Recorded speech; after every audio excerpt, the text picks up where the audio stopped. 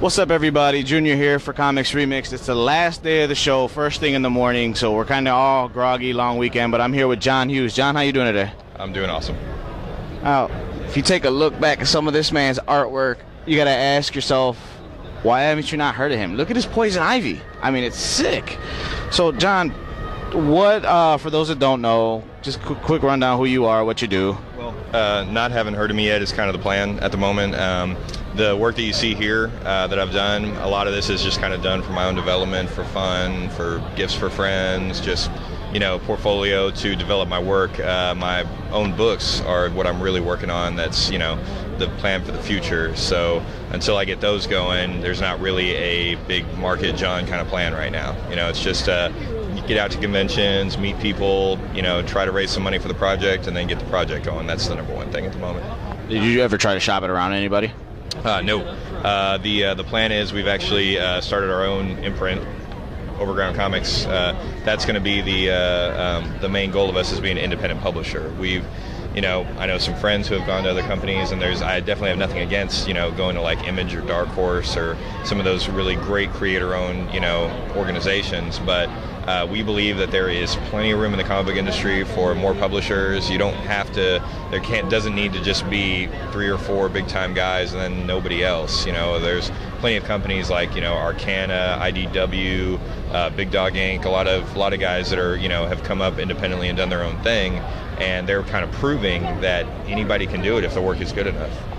Now, your style here is very distinctive from a lot of other people in Artist Alley. But like I keep pointing it out, your Poison Ivy, because I bought it from you back in April at C2E2. Oh, and we got a fan. They're 20 each, or we do 2 for 20 today. Buy the Poison Ivy. You can take a look through. You got Superman? Joey, they're all in here. Well, what I normally do, all the work I do is based off of reference live models, you know, stock photography. I enjoy just kind of sitting down and, you know, sketching off the top of my head, but I think as an artist, what you really are is you're an artist and a critic at the same time, and what I like to see is more lifelike representations, and so the things I'm the biggest fan of are things that, you know, remind me of what I see in the everyday world. And so, like that Poison Ivy is a portrait of a friend of mine, a beautiful model named Nadia Anton, who's a cosplayer, goes by Nadia Sonica. And she is superstar cosplayer, amazing, you know, beautiful woman. Thank you, y'all. And she does really great work, and when she was sending me her photos of the, you know, the costume in development, I asked if she wouldn't mind me doing a portrait of her, and she agreed. And that's how a lot of these come out. Like that one is Jessica Negri, who's the spokesmodel for Lollipop Chainsaw, the video game. We met in Arizona, and she was really cool, so agreed to do a piece with me. Did Yaya Han also, just, you know, some of the big names in cosplay out there. I really support what they do because they make these shows better for guys like me, and so that's kind of where a lot of that comes from. So. Now, are you self-taught, or did you go to school or anything for this? Or I have gone to school, but not really for this. I'm basically self-taught. This is something that I've been working on since I was in high school. I mean, I've been drawing since I was a child, but I've been really trying to, you know, hone and perfect my skills just on my own. And I've had a lot of great people have spent time with me, talking to me about technicalities and technique. But as far as the way I draw, what I do, it's really kind of, I think that's what makes me unique, is I didn't learn it from somebody else. I developed it myself, and it kind of, I think, sets me apart. So, you know, that's what you'll find when somebody works hard to draw like an artist that they really, you know, love. They'll end up kind of emulating that style a little bit, and I don't have a problem with that. I think that's okay. But when you do that, at best, you'll be a reminder of that artist. Like, you know, if you try your best to draw like Jim Lee, which a lot of people did for a long time, you know, you can end up being a great artist, and you can be very good at what you do, but at best you're going to just be not quite as good as Jim Lee at being Jim Lee. Right. You know, if you just do what's natural to you, you'll be the best you, and that's, even if you're not great, that's so much better than being second best to somebody else. And you know, that's kind of what I decided to do, is even if I'm not, you know, I'm not ever going to be one of the top artists in the world. Like, that's not my goal. My goal is to create good books and be a viable publishing company. Like, that's, you know, I don't want to be Jim Lee, I want to be Stan Lee. That's my goal. I believe in my art and I'm confident in it, and I'm happy that guys like you enjoy my art, but there's much more to me than that. And so I can't spend all the time that I have just perfecting the art. I have to perfect the writing, the business part of it, the marketing, the publishing. I have to do a lot, which restricts the time I can spend in that. So I have realistic goals of what I can accomplish. I love creating a piece of art that I'm proud of. And that's a great feeling. I never want to give that up. I never want to stop drawing. But there's more to it than that. Oh yeah, you got to think big, man. It would be safe to say that you're your own worst critic. Yeah, I think so. I mean, as you grow in the industry and as people get to learn more about you and know who you are, you're going to get people who hate your work. I'll post on my my Facebook sometimes whenever I know I'm going to be sitting next to artists at shows. Like a few weeks back, I was in Denver, and I posted on my Facebook. I was like, "Oh no, I'm sitting right next to Greg Horn at this show, and he's a superstar." So it's like I'm going to get outshined by him a lot. And which was just an honest concern of mine, but I was happy about the fact that I might get to know him a little bit better. And sure enough, all these people start dropping comments about, oh man, that guy's terrible, he's a hack, he just does this, and I'm just like, that guy is a superstar for a reason. And the honest truth about it is just the more people get to know who you are, the more people are going to just unnecessarily criticize you and hate, and all that. And all I learned that weekend is, number one, Greg Horn's a really cool dude who is very helpful to any other artists and who's always happy to answer questions and give advice. And number two, I just need to get better so that I don't get outshined by that guy. And that was all. And I'm not one of those guys who sits next to somebody and gets outsold and then hates that guy. I'm like, that guy's my hero. I don't care if that guy is, a goon. Just what he's done is what I want to get to. So I need to learn from him. I need to make him my hero and, be mature about it, So I'm critical of myself. Everybody's going to be critical at some point. There are going to be critics of me.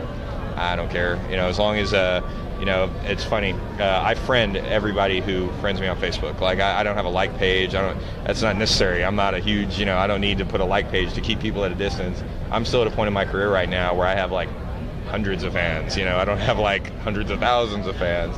And so when anybody sends me a friend request on Facebook, I accept it because I'm cool with those people because they support what I do, and I'm glad I have time to talk to them right now. I'm glad that right now I can answer a comment when they put one on my page.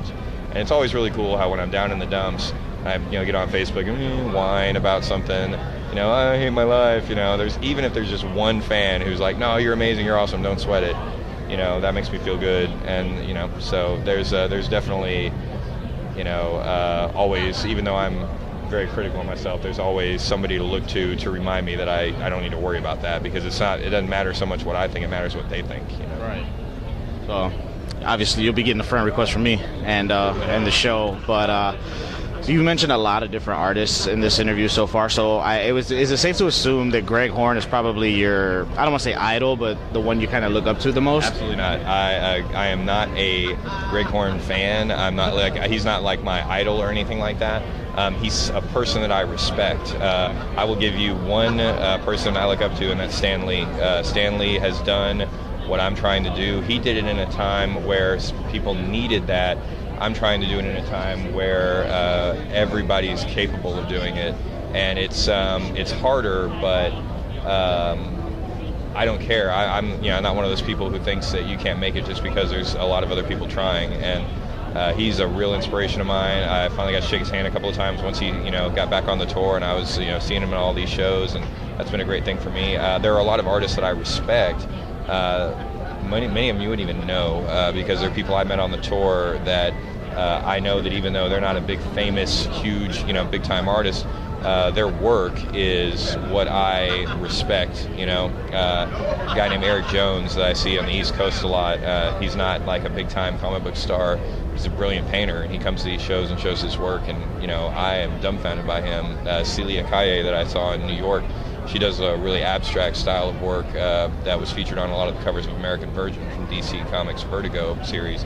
Not a lot of people know who she is, but she's brilliant. I respect a lot of the people who, keep going even if they're not big mainstream artists. Like Stuart Sager, who's here this weekend, big hero of mine because a lot of the comic fans don't know who he is. People who really know comic art admire him and look up to him, because that guy is a legend to like guys like me, So, but I don't try to pattern myself after any of them. I don't reference any of them for my work. I reference life and try to make my own thing out of it because of the philosophy, like I told you about. If I start idolizing these people, I'm always going to be different than them. If I keep in mind that I'm one of them, it's totally different, and I feel a lot better sitting on this side of the table. And they make me feel like that. A lot of these guys are really cool. It's cool now that when I go up to Greg or Brian Polito or Stuart, all them, they know me by name. They remember me. I'm a part of their world, and that's good enough for me. And I'll make my own place in it eventually.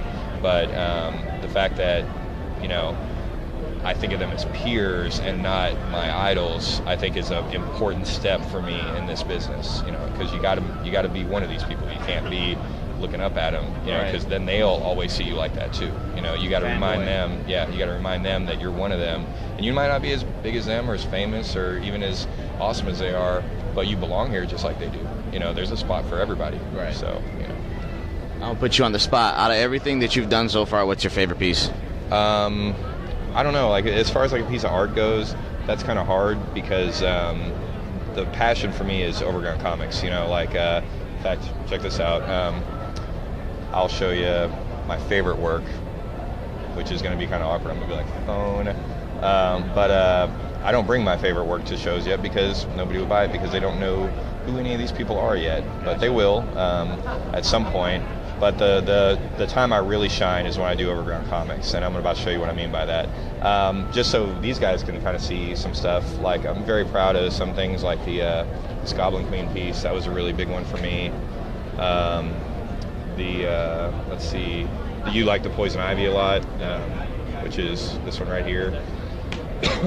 And then the new Colossus is the one that I really like. But I've actually got the Poison Ivy on my Facebook. Appreciate it, bro.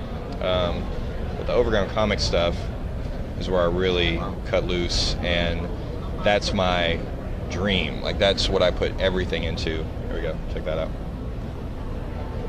That's a piece that's up on our like page on Facebook right now. That's where I really do the work. I'll show you to do. These are the pieces that I'm passionate about, that I put the most time into, because they're the characters that I want everybody to get to know. And so I don't mess around with those. So, I learned on the first year I was on the tour that if I have a table full of prints of Overground Comics characters, I'm just really, setting myself up for failure, because these people on the side of the table aren't invested in those, in those characters yet. So that even if the art is nice and they like it, there's so many other things for them to buy, So what I share with them is the appreciation of all these characters that they grew up reading just like I did, and so I share art with them of those characters for now. And then once everybody knows Overground, all this stuff's going to go away, and this table is just going to be about what I'm really passionate about, and then people will really understand who I am. Now, final thoughts, or not even final thoughts, but final comment. Where can we find your art? Every major show in the country, pretty much, I'll be there. But you can also check out jonhughesart.com. My website is Jon Hughes Art. Just make sure it's Jon and not John, jonhughesart.com. And if you want to know more about, like I said, like what I really do, you just go on to overgroundcomics.com. Right now it directs you to a like page on Facebook. The cool thing that we're doing with that is when we launch the Overground Comics page, we're not going to launch the true full website, even though it's pretty much ready to go. We're not going to launch it until we publish, until we're ready in October. For now, it just redirects you to a Facebook like page. And the cool thing about that is that on the like page, we're posting concept art, we're posting sketches, we're posting pages when they're just pencils. We're like letting everybody see everything that we're doing in development of this project. Like the entire step-by-step process. Everything. Nice. Like we're not holding anything back. And then what we're going to do is, as soon as the website launches, we're not going to do that anymore. We're going to just share that with the people who are paying attention to us while we're coming up, because that's special to us and we need that. And even if we only ever end up with 250 likes on that page, and then we get thousands of people to the website once we launch, we'll be really happy with those 250 people that that shared with us while we were still coming up. Like you can see the whole script of Absent Captain #1 on there and read it. You can see the script of our other book, which I don't have a sample of yet, Graduate #1. You can see the whole script of that on there, and they're very fun to read, and you can kind of get an idea of what we're going to be doing. So, that's something that we're really excited about, and that we hope everybody really, you know, because nobody really knows me yet. It's kind of like what I'm saying, you know. Right. You can find my work all over the place, but to know me, you got to know Overground Comics. Gotcha. Sounds good, Jon. Thank you for your time. No problem, You'll bro. definitely get see us on Facebook, you Awesome, know. man. But for Comics Remixed, Junior, Jon Hughes, talk to you guys later. Thanks, bro.